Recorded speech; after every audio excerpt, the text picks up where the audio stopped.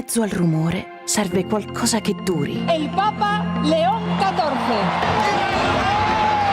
Storie vere. Incontri che cambiano la vita. Persone che costruiscono. Uno sguardo originale su ciò che accade.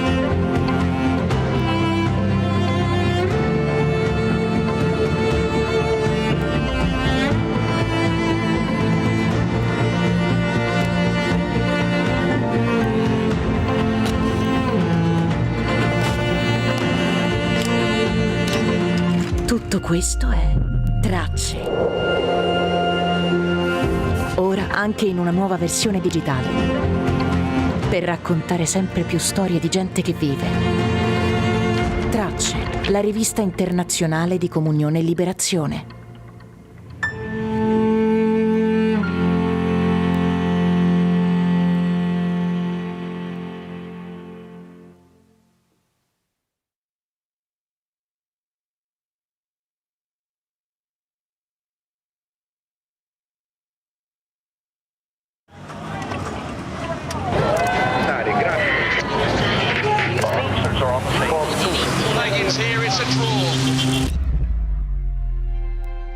In mezzo al rumore serve qualcosa che duri. El Papa León XIV.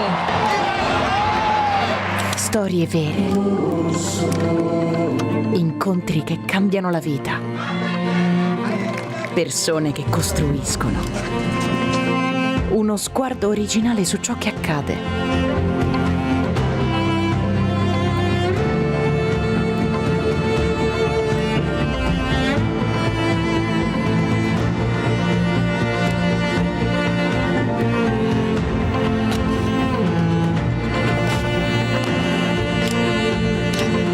Tutto questo è Tracce. Ora anche in una nuova versione digitale. Per raccontare sempre più storie di gente che vive. Tracce, la rivista internazionale di comunione e liberazione.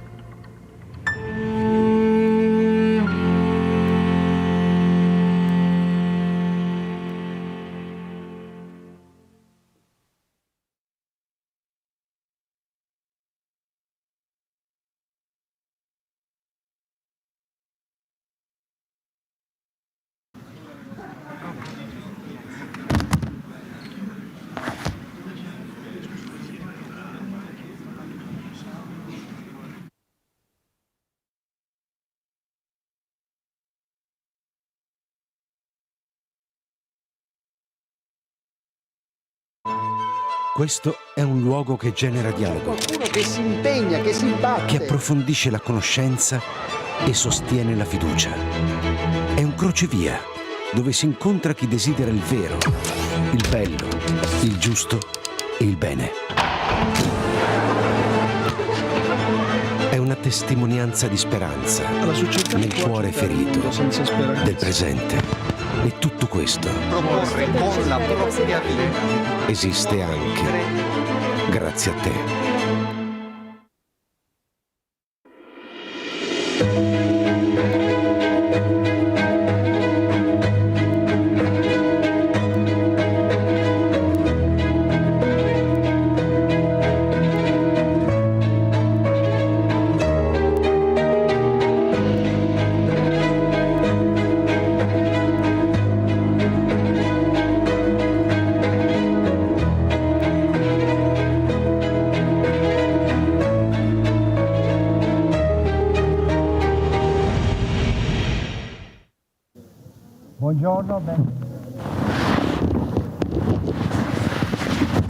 Buongiorno, benvenuti. Good afternoon and welcome to this session on the hope to rebuild in the land of the Cedars. We're talking about Lebanon. With the permission of the Deputy Prime Minister, I would like to start welcoming His Excellency Carla, Jazzar, Ambassador of Lebanon to Italy.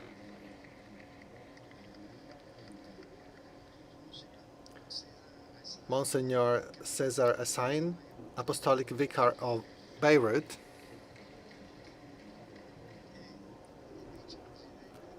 and the Deputy Prime Minister and Minister of Foreign Affairs and International Cooperation, Mr. Antonio Tajani.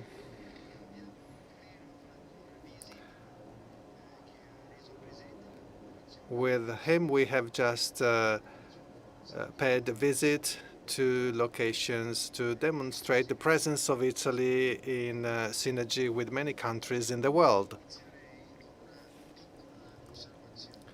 I would like to begin with an observation on an exhibition that we have here at the meeting on Lebanon. We wanted this exhibition to say that Lebanon had experienced an extraordinary time for all the world, where different religions and cultures have been living together, not just tolerating each other without getting in touch to each other, but in mutual fertilization and reciprocity that created really a unique context. Unfortunately, this extraordinary experience has been subsequently relativized first and then made so much more difficult for external reasons, not for internal reasons.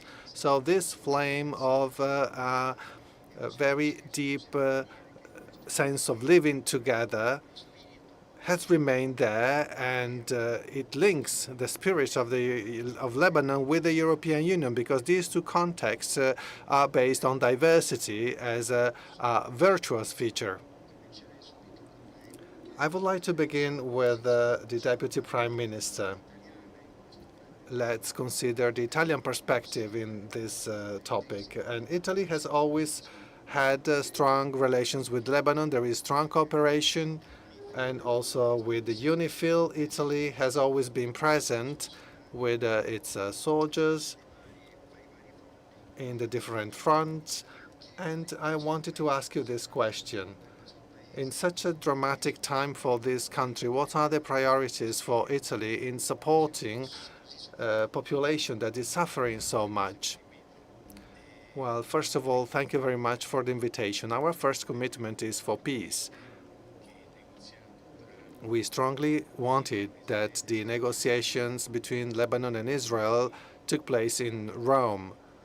After 2 days of the Israeli bombings on Beirut, I talked about this with the president to express solidarity to the Lebanese people for what had happened. And after getting a positive answer from the president, then I talked to Rubio and Sarah, and so it was decided to celebrate in Rome the negotiations to reach an agreement between Lebanon and Israel.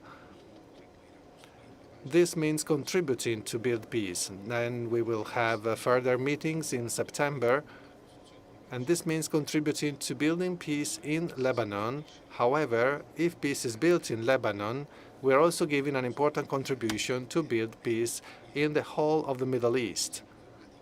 But there's more than this. That was a political choice. Then there's choices for supporting Lebanese people that are suffering. We have development cooperation. We also have an exhibition on Italy's cooperation to support Lebanon. We gave economic contributions, and we have tried to support especially the Christian population that is now at risk in the border area with Israel, because between Israelis and Hezbollahs it is not easy to be Christians, just because these people have the right to be defended. Well, we have condemned all the profanations of the cross and of the statue of the Virgin Mary on the part of Israeli soldiers. This is unacceptable.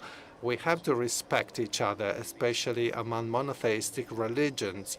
Lebanon is a beautiful example of living together. It's always been a good example of living together between Christians, Shiites and Sunnis, but then things took a different route. And another element is the support to fully recover sovereignty in their national territory for Lebanon. We support our own president. We support the army. The other day I had a long conversation with the head of the army that was in Rome, restating the commitment of Italy with UNIFIL, but also with the bilateral mission, which is a mission of our armed forces that are training Lebanese armed forces, and our commitment to remain in Lebanon, including after the UNIFIL mission. I don't know if we can extend that beyond the 31st of December, but we would like to be there to ensure that the territories is given back to Beirut's sovereignty. It is clear that armed Hezbollah cannot be sovereign in that territory. Lebanese armed forces are necessary to reoccupy the territory. A small part of this has already been achieved thanks to the negotiations in Rome. That is, that some parts of the Lebanese forces have recovered part of the territories that had been occupied by Israeli forces. And so Lebanon must be a sovereign state. We hope the population will stop suffering, and we will keep working with cooperation initiatives. And let me know that we also want to defend the Christian presence. It's not just something that is wanted by a person who is Christian, but the presence of Christians in Lebanon, in the whole of the Middle East, is a guarantee to supporting peace. Because that is what has been the case in all Christian communities in Syria, in Palestine. It is really a pity that the presence of Christian people is decreasing. Well, they are facing difficulties. Some Palestinian people and Palestinian people that are not Christian make it difficult for them sometimes, and they had to flee and go to Latin America. There is a diaspora of Christian people in the Middle East, though that was the cradle of Christianity, because Christianity started there. So we really have to defend the presence of Christian people in the whole of the Middle East, because it is a guarantee for peace and dialogue. Of course, there's also religious freedom there, but Christian communities have always been a means for dialogue and exchange and supporter of peace. That is a fundamental element, and that is why we protect Christian communities. The last point I would like to mention is this. I have been particularly struck by this. In a moment of difficulty with war, Lebanon decided to abolish death penalty. I think it is a choice of extraordinary importance that makes Lebanon closer to Europe. Europe is the only continent in the world where death penalty is not present, so nobody can have the right to decide on the life of another person. That's what we have discussed in G7 too, regarding Palestinians, for example, and so we applauded Lebanon for choosing to abolish death penalty. As you know, Italy is at the forefront at the United Nations too for the moratorium on the death penalty. At least the moratorium should be reached, and every year, luckily, the number of countries adopting this choice is increasing.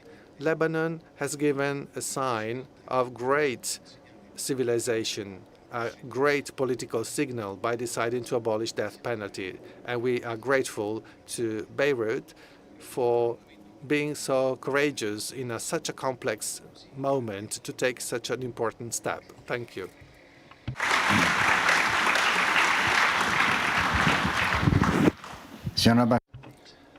Thank you. Mrs. Ambassador, I have a question we all have at heart. A lot is being said about Lebanon. We would like to know how the people of Lebanon are assessing the situation they are suffering and the way you are experiencing this moment of invasion and violence from many different parts.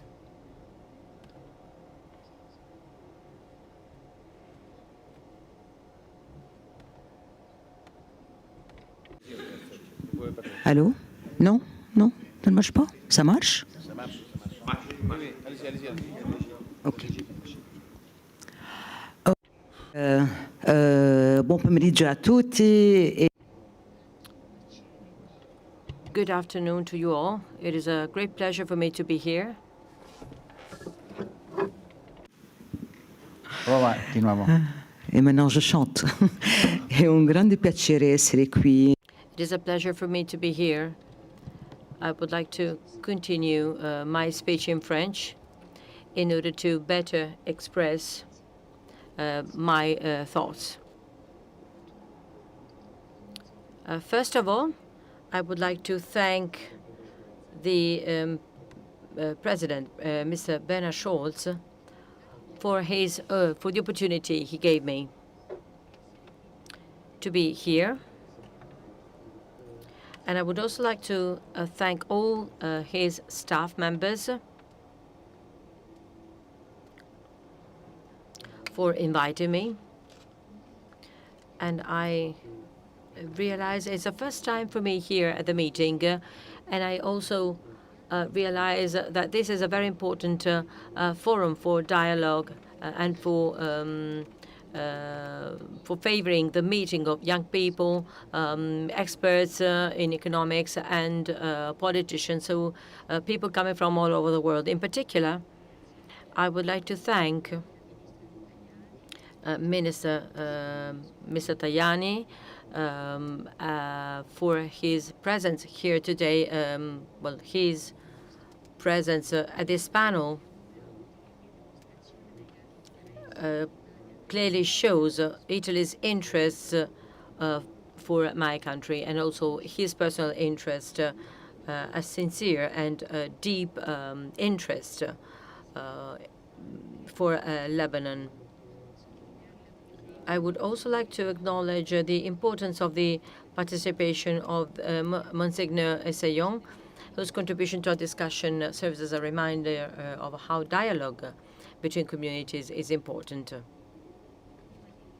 Before answering your question, I would also like to thank the organizers for the exhibition on Lebanon,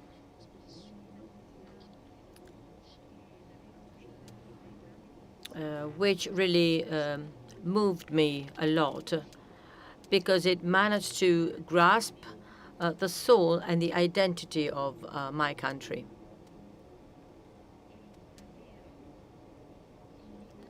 And really, Lebanon was presented in a very clever way, with lots of sensitivity and very precisely. And I would like to thank the organizers of the exhibition.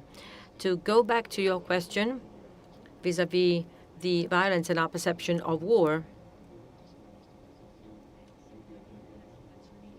the situation is certainly very worrying. The Israelis continue to bomb every day the southern part of Lebanon, even though the attacks in other parts of Lebanon have been interrupted. But every day there are bombings. Every day there is a destruction and there is a loss of human lives. As you know, as of today, we have had more than 4,000 dead people, casualties. Over 12,000 people were injured, and the buildings in Lebanon have been severely ruined. Over almost 2 billion euros damage, and 20% of the agricultural lands have also been damaged. Not to mention all the damages to infrastructure, to the electricity network. All this profoundly hit the southern part of the country, and we are also deeply struck by what has been going on.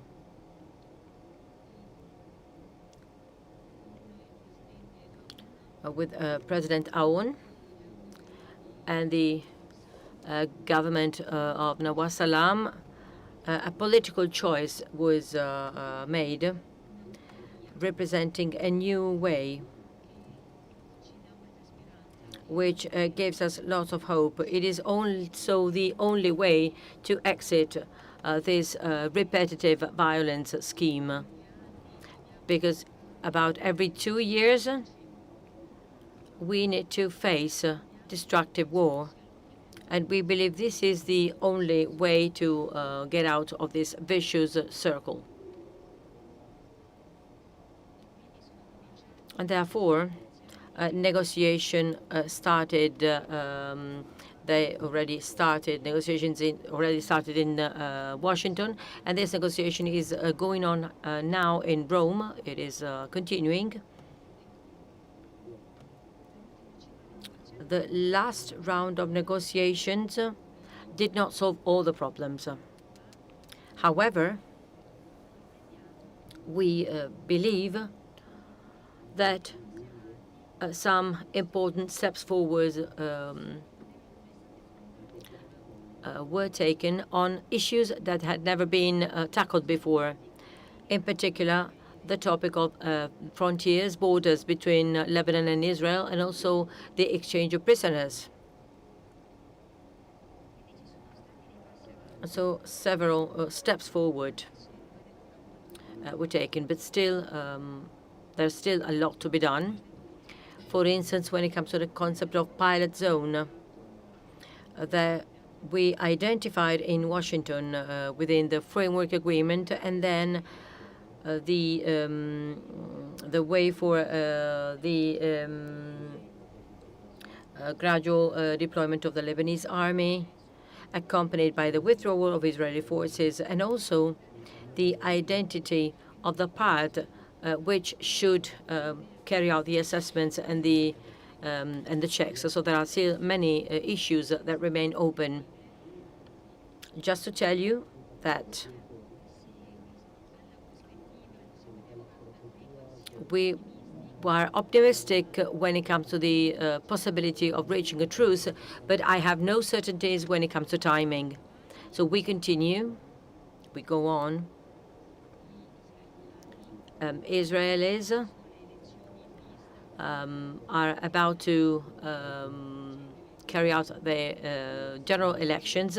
They refuse, from a certain point of view, to go on, but we believe that many issues will be solved thanks to dialogue and thanks to the really enormous support that we have been receiving from our friends from the international community, and Italy in particular. Italy is the main facilitator for negotiations. We hope for the best, and I would like to thank you very much once again for having me here. Monsignore Essayan, Vice Presidente del Consiglio. Monsignor Essayan, the Vice President of the Council talked about the presence of Christians and their constructive work. What is the situation of the Christians living in the southern part of Italy? And I would like to know the way in which the Christian community is faring today, and how they're coping with this violent conflict. Thank you very much for being here. Thank you very much for inviting me, and I would like to share the ambassador's thanks. A lei, al governo italiano. And I would like to thank in particular you, Minister Tajani, the Italian people, and thanks for your presence within the forces of UNIFIL. Why am I saying so? I say this because I am convinced, after having a personal experience with the contingent, with the soldiers in the southern part of Lebanon, and for the work they carry out in Beirut and in the northern parts of Lebanon. And I saw their vicinity with the frailest persons, and I saw their way of helping the population. They are really peacekeepers. They are peace operators. We appreciate the fact that people who have nothing to do with the conflicts in Lebanon risk their lives every day. Some soldiers of the UNIFIL died to safeguard the population in Lebanon, and we are so much grateful for that. And their presence in southern Lebanon brings that part of the world to the attention of the rest of the countries. Through the parliaments, Lebanon has become visible. One of the questions on Christians and non-Christians, and I will explain what I am about to say, is that we'll reach in the end of this year,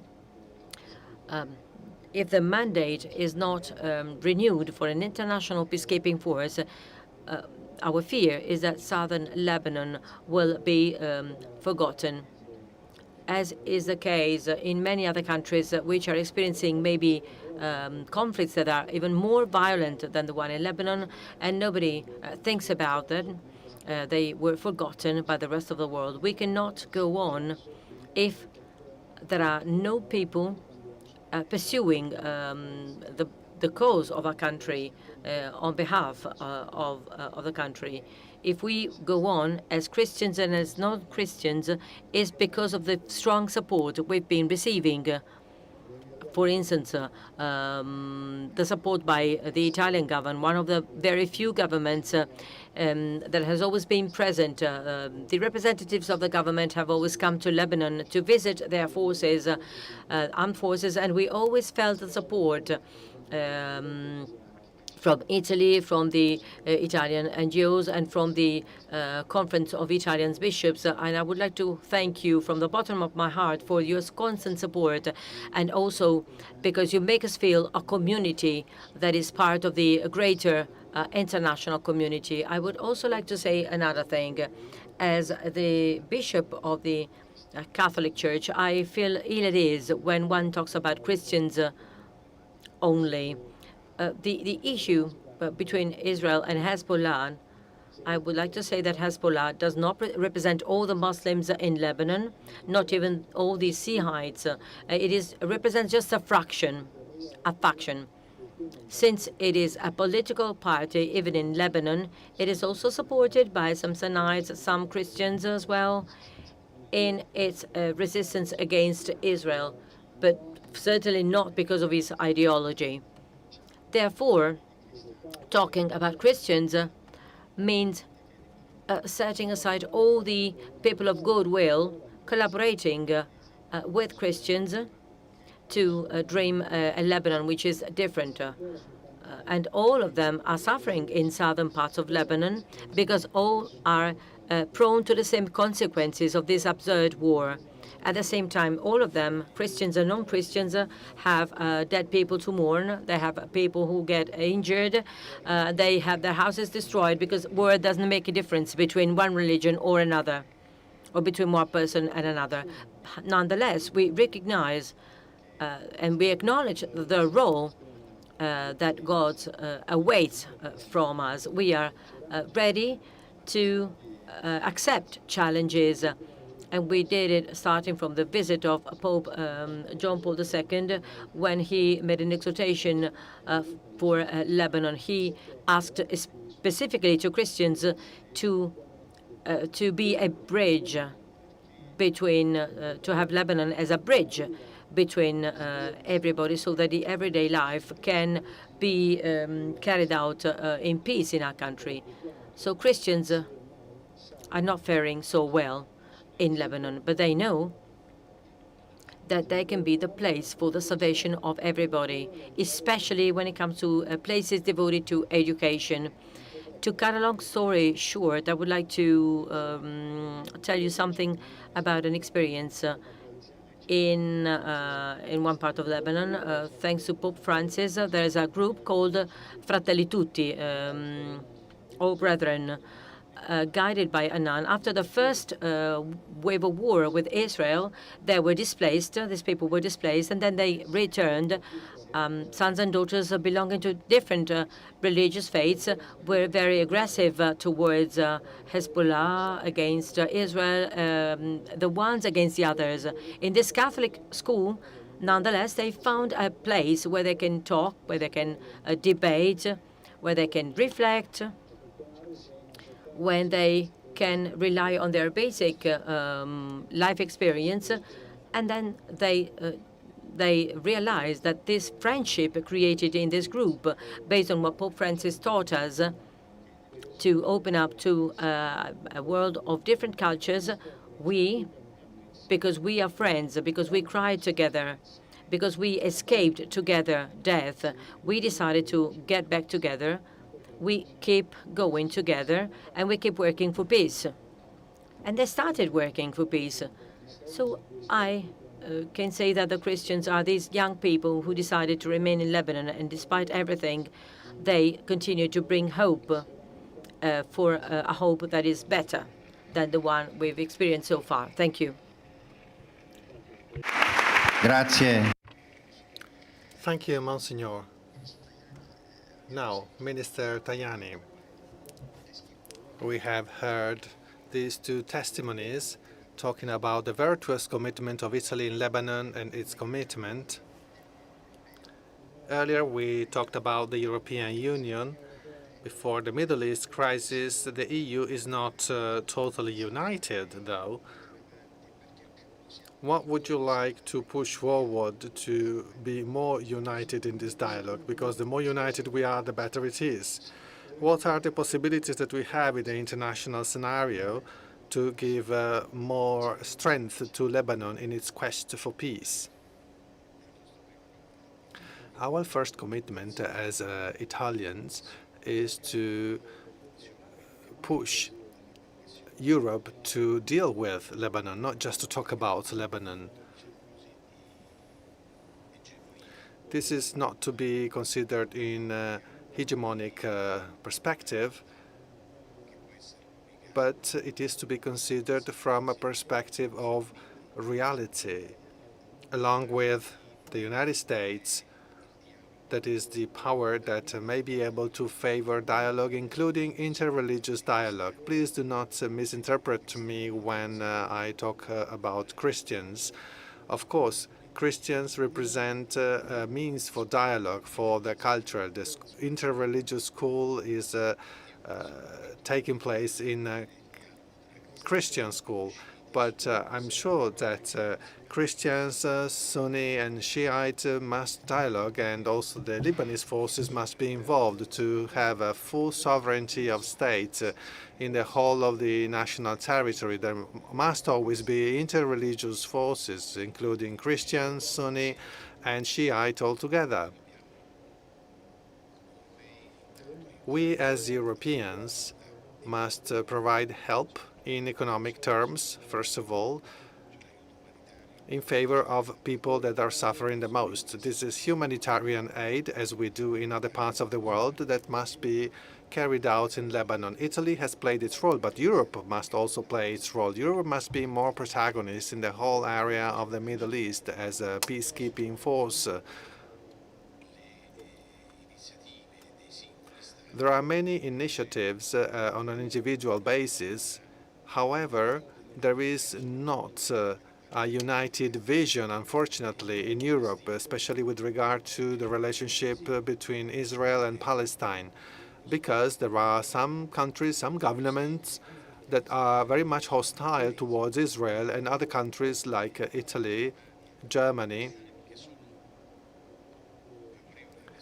that are in favor of the solution two peoples, two states, and they do not have an attitude of hostility towards Israel because it would be counterproductive. That doesn't mean that we are not going to express our position to Israel. Of course, we want to tell Israel to stop attacking Lebanon, and as the ambassador said, his objective has been reached. There is no bombing in the rest of the country apart from the area where there is the presence of Hezbollah. And that's a shared responsibility because Hezbollah fires rockets towards the Israeli people beyond the frontiers, and Israeli people know that very well. I'm talking about the military part of Hezbollah. Then one has to make a distinction because the military Hezbollah is one thing and the Hezbollah party is another one. It is true that the president in parliament of Hezbollah is a very influential, very powerful character. But at the end of the day, Hezbollah also supported President Aoun. That is a very balanced choice for great moderation. That is the person on whom Italy was also betting in a way. But Europe must be more aware of the need for a strong action, not just on the eastern border, but also in the southern part. Criticism can be moved against Europe because it's not doing enough towards the south of the world and the south of the Mediterranean. That is a mistake that is also going to be made by the NATO. There's always a lot of attention towards the eastern frontier, the eastern border, but not enough attention is devoted to the Mediterranean. Mediterranean means Northern Africa and the Middle East. A policy of mediation would be more necessary instead of taking position, taking stance. That's what we are trying to do. We do not have any temptation to become hegemonic towards Lebanon. What we just want is for Lebanon, that is a country that had great times and was very successful. Beirut was the Venice of the Middle East in the 60s. It was very rich and wealthy area where there was employment and the people were living well, but then was worsened the situation and increased the poverty. And it is the Lebanese diaspora that is financing the aid to Lebanese people. There are great entrepreneurs from Lebanon that are really successful, really intelligent, and they work abroad because they were forced to flee the country. So Europe should somehow to try and be more mediator rather than a supporter. That's what we are trying to do in Rome, favoring dialogue while being friends to Israel. Nobody's denying that we're friends to Israel, but we're also friends to Lebanon. And if Israel makes a mistake, we condemned it, just like we do when Hezbollah makes a mistake. So Europe should be more determined in being peace means guaranteeing mediation. I have to say that with France, we have decided to be present in Lebanon, including after the UNIFIL mission. I agree with Monsignor when he says that it is not possible to leave a vacuum after the end of the UNIFIL mission, which expires on the 31st of December. That's not possible. There must be some kind of other military presence. There is the Atalanta Committee to guarantee maritime transport, just like there is a mission for the Houthi attacks. Well, that's the Cedars in Atlanta is against pirate attacks, but we could consider a European mission if the United Nations doesn't want to do it. But we must guarantee the transition from the Israeli military presence to the Lebanese military presence. And Europe should be more brave in this respect. She should be less of a supporter following public opinion sentiments and be more determined in building peace. I would like to conclude by thanking the Monsignor for what he said with respect to our soldiers. He referred to them as peacekeepers. And this is very satisfying for us because the soldiers are sometimes seen as warmongers, but they are also peacekeepers. And that has always been like that, even in Kosovo. When we talk about the defense and we spend resources, we invest resources into that, it's because we want to bring peace. And we want to bring peace to Lebanon because it is a country that we love, just like we did in the Balkans. And the words of the Monsignor, I think, are useful to let the outer world understand that when we talk about safety and security, we spend resources not just to engage war, but most of all to bring peace.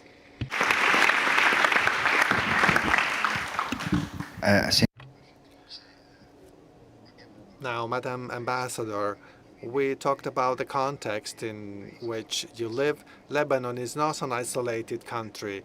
It is part of a complex context that is the Middle East, which is difficult for us to understand sometimes. What do you expect of the international community? We talked about Europe. Could you specify your expectations with respect to the countries surrounding you, the neighboring countries, and maybe other countries that are far away?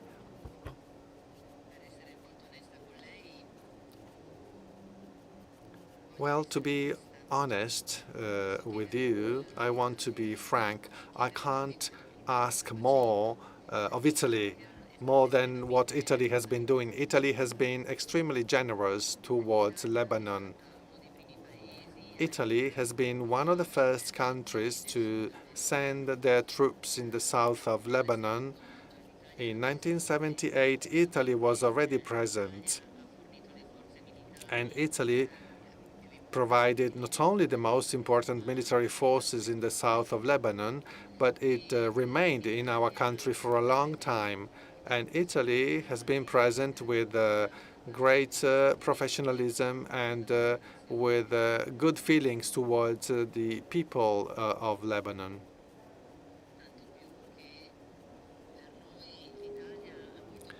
So much so that Italy has also contributed to training the military forces in Lebanon and improving its own capacity through the bilateral mission in Lebanon. So today, Italy is leader along with France in the establishment of the next security infrastructure to be installed in the country to guarantee security to the region, fill in the gap and give the Lebanese military enough power to become sovereign in the whole of the country. So Italy has always been present. There is no absence that we can talk about here. Regarding the international community, I can say that we first and foremost need a diplomatic kind of support.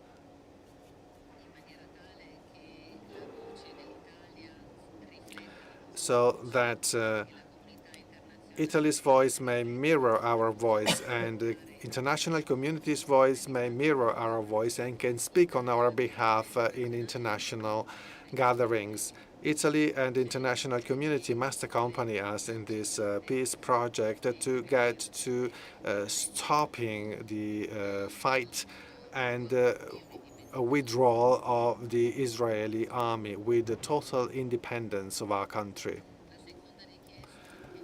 The other request that I may make is support to a greater support to the Lebanese army.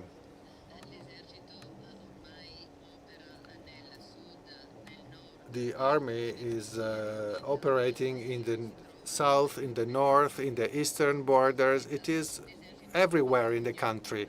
As a consequence, the army really needs a lot of assistance in terms of equipment, of training, etc.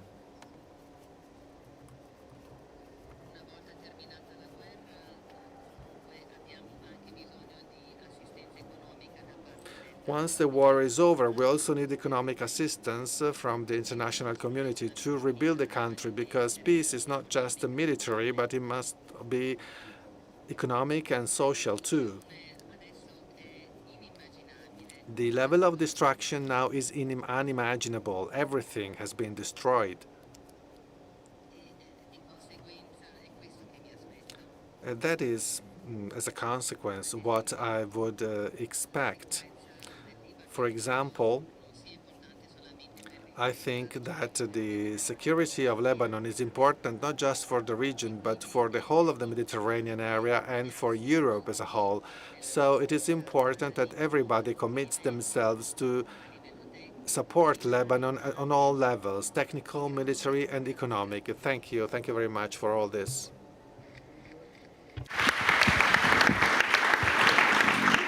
Di fatto, in fact, Lebanon has always been a stability factor in the Middle East, so should it be able to regain this role as a wealthy and prosperous country, it would be really great, even for Europe.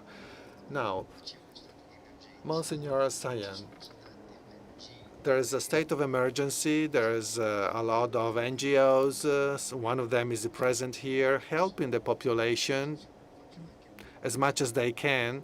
And I'm mentioning this to invite everybody to contribute. What are the emergencies and how can these realities help at best?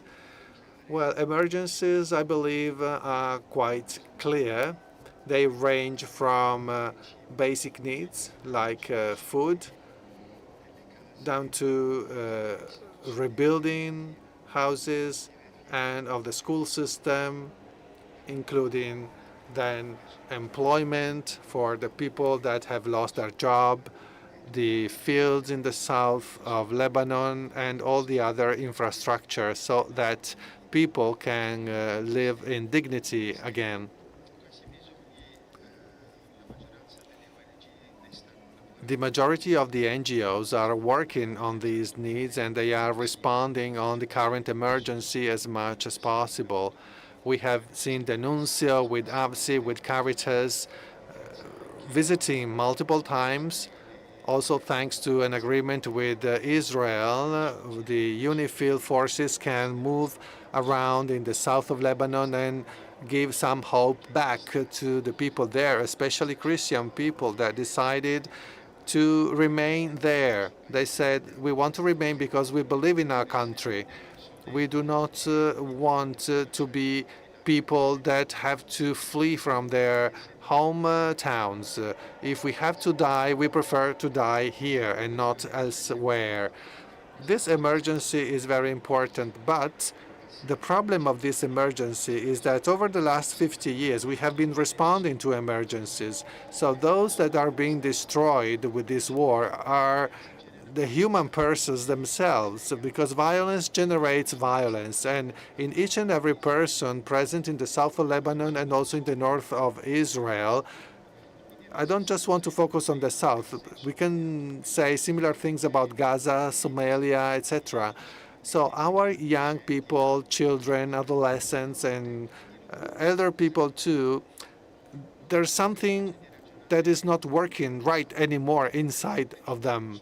They can't think with critical spirits, because when a young person comes to me and tells me, because he or she saw, starting from the south of Lebanon, there is a man just staring at the rubble of their home, and this person tells me nobody deserves to see the fruit of their work destroyed before their own eyes. This is an adolescent, 17-year-old person telling me this, and another one comes to me and tells me, we are here because there was an envoy of the UNIFIL that helped us leave, but we checked the hospital, and in the hospital there were so many people looking at us from the windows, and we felt that we have this possibility of leaving, but they have to stay there because they are taking care of somebody who's ill there, and they are risking their life.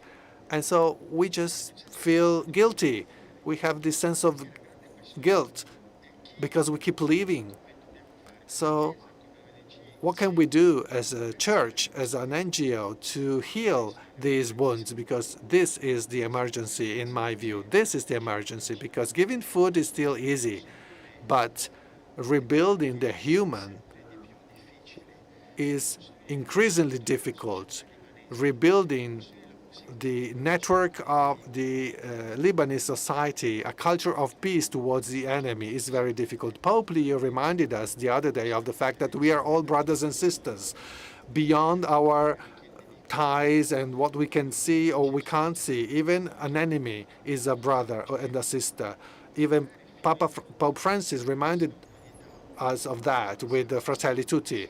So this reconstruction of humanity is the real challenge. Unfortunately, people like me or bishops or many NGOs, we go there to clean up. We are kind of cleaners. In the absence of a capable central government in Lebanon, we become the ministries of survival, and we have to go up and down. I'm not criticizing our government. There's many things that could be criticized, and the European Union contributed to abolishing death penalties, but so many laws must be changed in Lebanon, and nobody is taking care of that. The National Assembly is not meeting. This is done rarely. There's so much to do. But because of the emergency of every day, all the rest is left behind. But it is the man, it is the person who's dying out. And as church, as NGOs, we feel that we have to go beyond the very first emergency, because we have to rebuild person, the human that has to be saved, because this is how we can save the identity in which we believe. Lebanon has an identity of living together, but first and foremost, the human must be saved, the relations must be saved. We have to be people that can learn to cry together, to walk together, and to finally discover that in the chaos created by the war, there's just one that can let us get out of that chaos, and that is Jesus Christ, our Lord.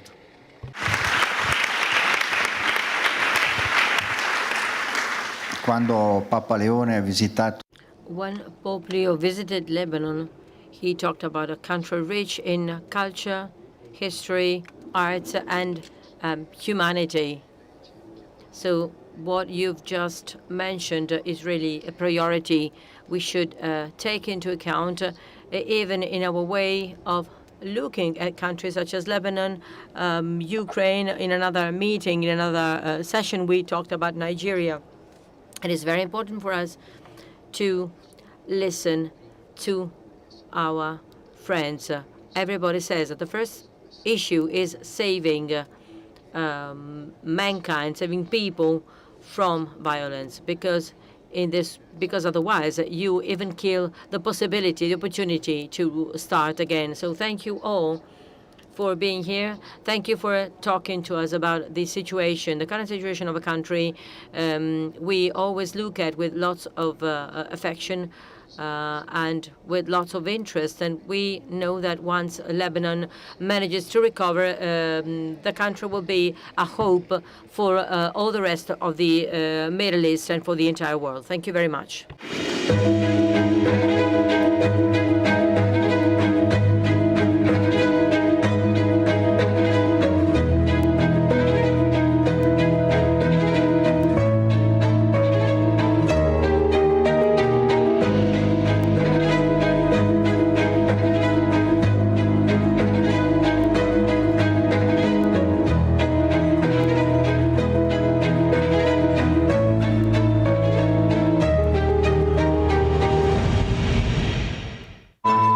Questo è un luogo che genera dialogo, Qualcuno che si impegna, che si batte. che approfondisce la conoscenza e sostiene la fiducia. È un crocevia dove si incontra chi desidera il vero, il bello, il giusto e il bene. È una testimonianza di speranza nel cuore ferito del presente. E tutto questo proporre con la propria vita esiste anche grazie a te.